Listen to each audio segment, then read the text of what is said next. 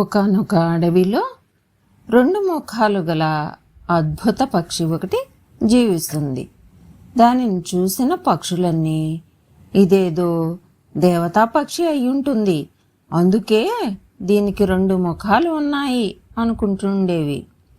ఒకనాడు ఆ పక్షికి అద్భుతమైన హారం ఒకటి దొరికింది. ఆ పక్షి ఆ హారాన్ని మొదటి ముఖం మెడలో వేసుకుని చాలా రోజులు ఆనందంగా తిరిగింది. అప్పుడు రెండవ ముఖము మొదటి ముఖంతో, నీవు ఆ నగను చాలా రోజులు మెడలో వేసుకున్నావు కదా, కొన్ని రోజులు నాకు కూడా ఇవ్వు, నేను కూడా వేసుకుంటాను అన్నది. కానీ మొదటి ముఖం అందుకు ఒప్పుకోలేదు. ఆ నగ ధగ మెరుస్తూ ఎంతో అందంగా ఉండేసరికి పక్షులన్నీ ఆ ముఖాన్ని చూసి, అబ్బా ఎంత అందంగా ఉన్నావు, అసలు నీ మెడకు ఏది వేసినా అందంగా ఉంటుందిలే అంటూ పొగడటం మొదలుపెట్టాయి. వాటి పొగడ్తలకు రెండవ ముఖానికి ఎక్కడ లేని కోపం వచ్చేది. ఈ కోపం కాస్త మొదటి ముఖంపై కక్షగా మారింది.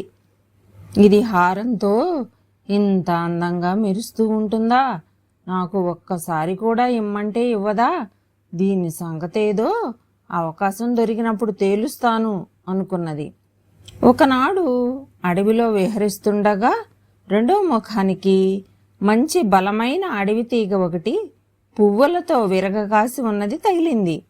ఆ ముఖం తన వాడి అయిన దంతాలతో ఆ తీగను తెంపి మొదటి ముఖానికి ఇస్తూ ఎగతాళిగా, ఓయి సుందరముఖమా, ఈ పూల తీగను కూడా మెడలో వేసుకో అంటూ దాని మెడలో వేసి బలంగా బిగించసాగింది. అప్పుడు మొదటి ముఖం ఊపిరాడక, నీవు నా మీద కక్షతో నన్ను చంపాలనుకుంటున్నావు కదూ, కానీ నీవు నేను ఒకే శరీరానికి చెందిన వారమే, నేను ఊపిరాడక మరణిస్తే నీవు కూడా మరణిస్తావు అన్నది. అయినా పర్వాలేదు, నీ మీద నా కక్ష తీరుతుంది, అది చాలు అంటూ ఆ రెండో ముఖం మూర్ఖత్వంతో ఆ తీగను దాని మెడకు గట్టిగా బిగించింది. కొద్దిసేపటికి రెండు ముఖాలు గల పక్షి ఊపిరాడక మరణించింది.